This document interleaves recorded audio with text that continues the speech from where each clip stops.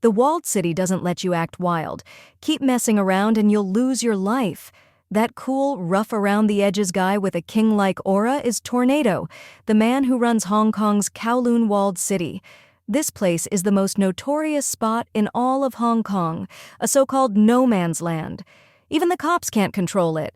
Every kind of gang and shady group does whatever they want here.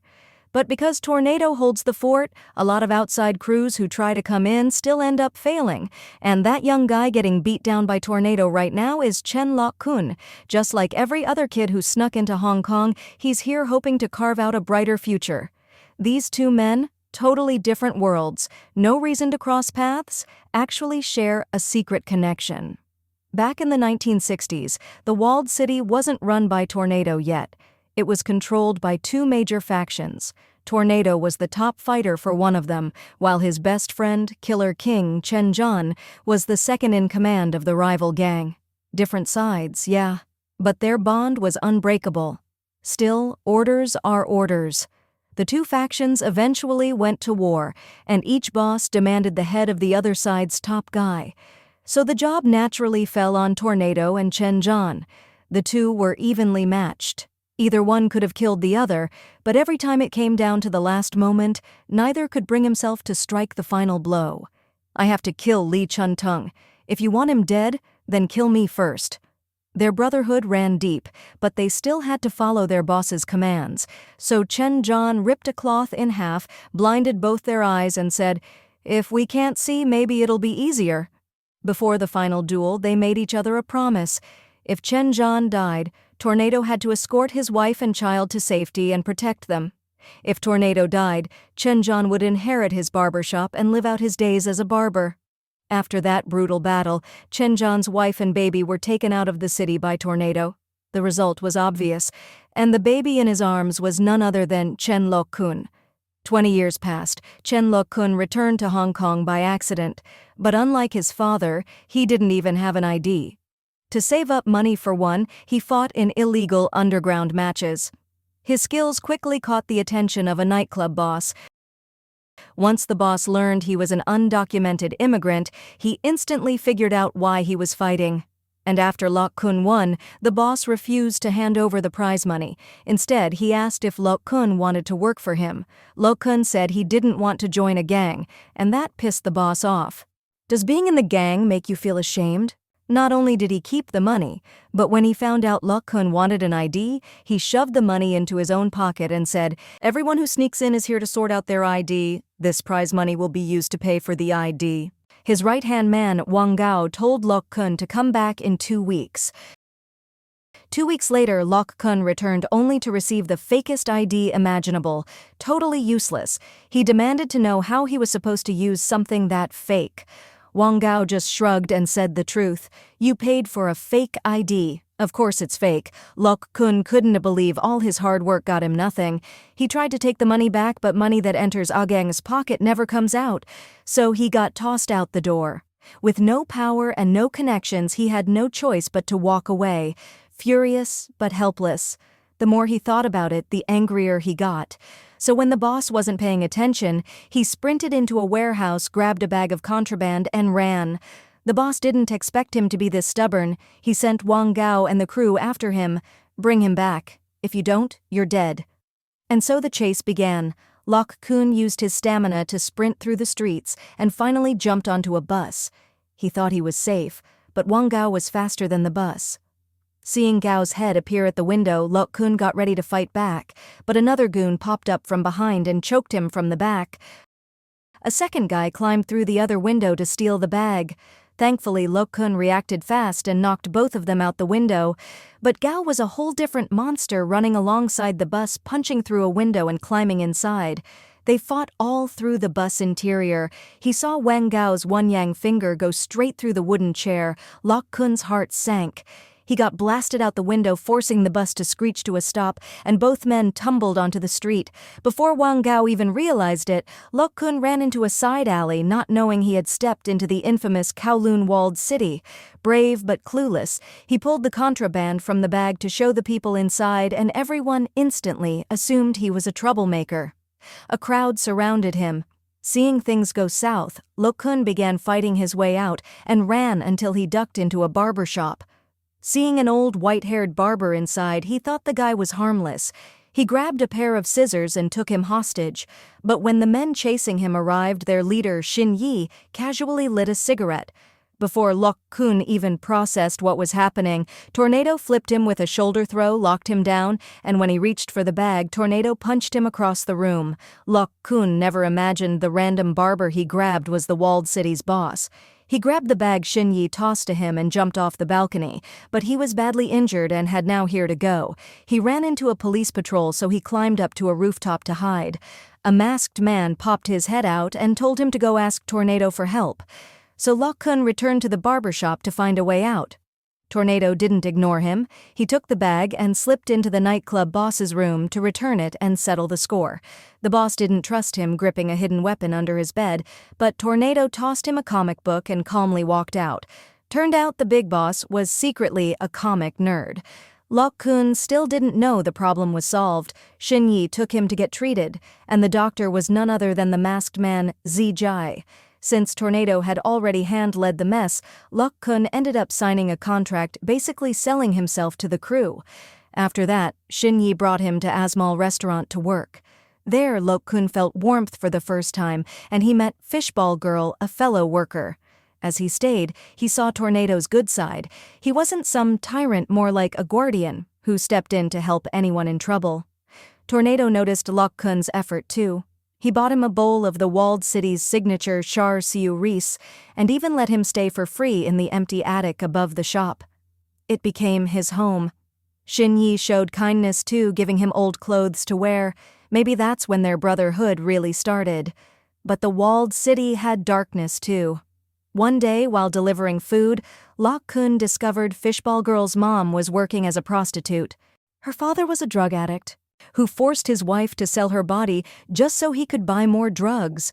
What's even more unbearable is, the next time Lok Kun saw her mother, she was already dead, hanging among a mess of TV antennas. Everyone knew who caused it, but no one could do anything. People here had no legal identity, so no one had the power to seek justice. Since no one else would act, Lok Kun decided he would. He bought a white cloth, masked his face, and went after the scumbag only to find 3 other masked men after the same target. Clearly, they wanted revenge too. They rushed in together and beat the guy down. Lok Kun's mask slipped, nearly revealing him, but one of the masked men blocked his face for him. And just like that, Lok Kun, Shin Yi Sajai, and 12 became brothers. Feeling for the first time like he'd found a home, Lok Kun made up his mind he would stay in the walled city. He went looking for Tornado because he wanted to learn how to cut hair. Yeah, the walled city was going to get torn down sooner or later, but as long as he could stay here, nothing else mattered. Maybe Tornado saw a bit of his younger self in the kid. He didn't rush to say yes or no, just told him to sit down and quietly shaved his beard just like he used to do for Chen Zhan back in the day. What they didn't know was, Chen Lok Kun's real danger was only just getting started. The real boss behind Tornado, Didi, the actual landlord of the whole walled city, had been hunting for Chen Lok Kun for years because Chen Zhan was the one who caused the death of his wife and kid, and recently he finally found out where the boy was hiding.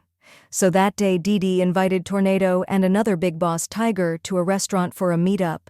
Chen Lok Kun, clueless as ever, just tagged along because his boss was invited. Luckily for him, Didi didn't know his name yet, so he didn't kill him right away. But that night everyone, including Tornado, knew Chen Lok Kun couldn't stay in the walled city anymore. The next day, Shin Yi and the guys arranged a boat to smuggle him out.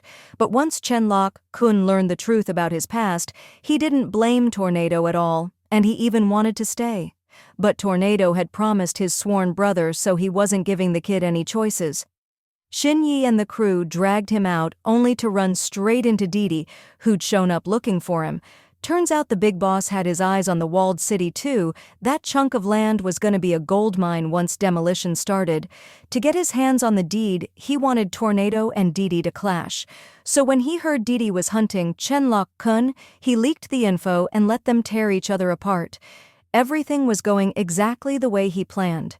With Didi personally coming to take the kid, Tornado couldn't make a move. All he could do was let Chen Lok-kun fight his own way out.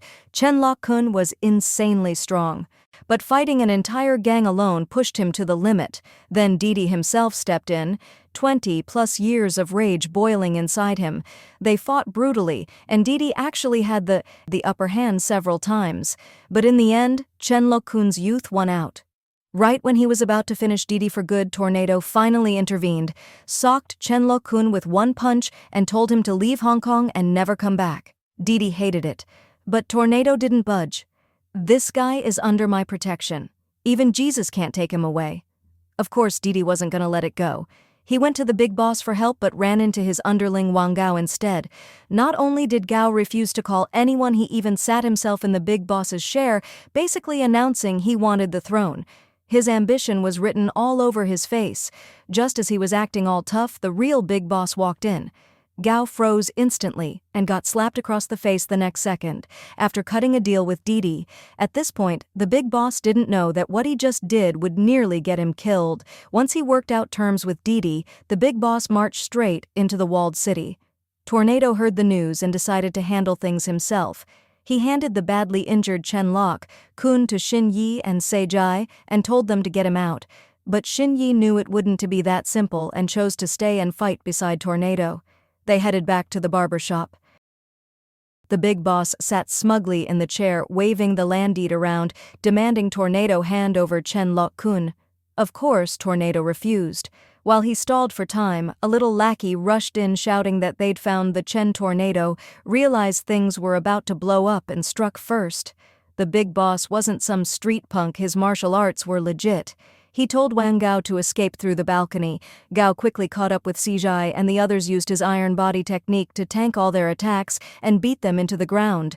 Inside, Tornado and the big boss were even matched. Even though Tornado sent the big boss flying, but Tornado's internal injuries were getting worse. He spat out a mouthful of blood and collapsed. Wang Gao rushed in with a weapon. Seeing there was no saving himself, Tornado threw Gao back into the shop and used his own body to block the door, calm even as Xin Yi screamed outside.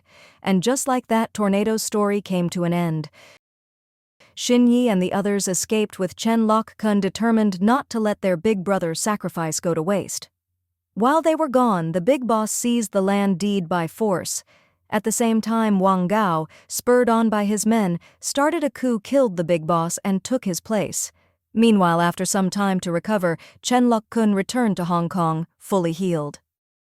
Then he found the 3 Xin Yi brothers, only to realize that they had all changed. The young, dashing boys he once knew were gone. Xin Yi was missing 3 fingers, and the 12th brother could only walk with a cane. But their brotherhood hadn't faded. After a brief reunion, they started planning what to do next.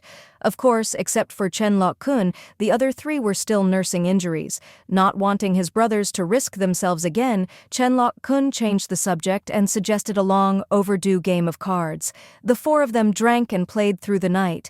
By the next morning, when Xin Yi and the others woke up, Chen Lok-kun was gone. All that was left on the table was a miniature model of the walled city made out of mahjong tiles. At that moment, Chen Lok-kun had already snuck back into the walled city.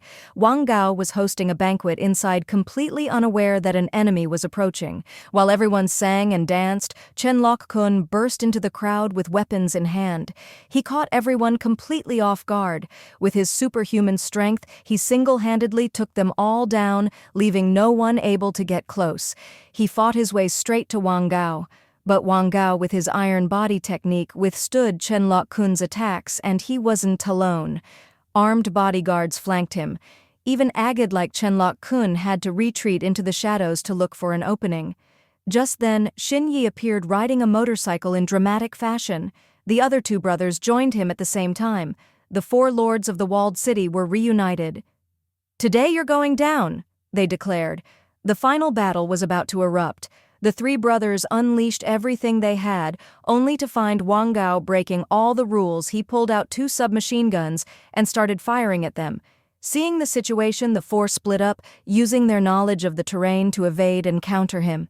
While Xin Yi and the others drew the remaining enemy's attention, Chen Lok-kun confronted Wang Gao alone. With 2 sticks in hand, he blocked the gun's barrels and forced the fight from the rooftops down to the ground. When Chen Lok-kun destroyed the weapons, Wang Gao threw them aside and chased him across the rooftops, turning the walled city into their personal battlefield. He commotion quickly caught the attention of Xin Yi and the others. As Chen Lok-kun was getting beaten down, Zijai descended from above wielding a hammer.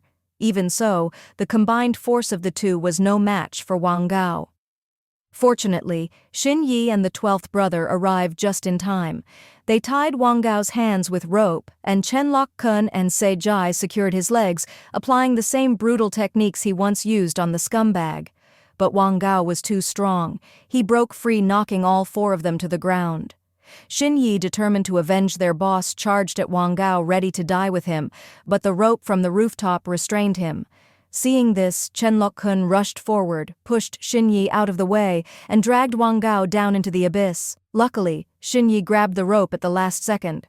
Wang Gao, suspended in midair, survived the deadly struggle and escaped Chen Lok-kun's grasp again. But he forgot one thing. While hanging, Chen Lok-kun forced the weapons down his throat. The broken weapons inside his stomach destroyed his iron body technique. Seizing the opportunity, the 4 of them took turns brutally beating him down. Finally, Chen Lok-kun handed the weapons over to Xin Yi, letting him avenge Tornado and settle the score with Wang Gao once and for all. For the final years before the walled city was demolished, Chen Lok-kun and the 4 lords became its protectors. This film perfectly recreates the fearsome Hong Kong walled city of the 1980s. Upon release, it topped Hong Kong's daily box office for 27 consecutive days and earned the 2nd highest Chinese-language box office in Hong Kong film history. The brotherhood on display, the warmth, and harshness of life in the city, all of it captured the unique spirit of that era.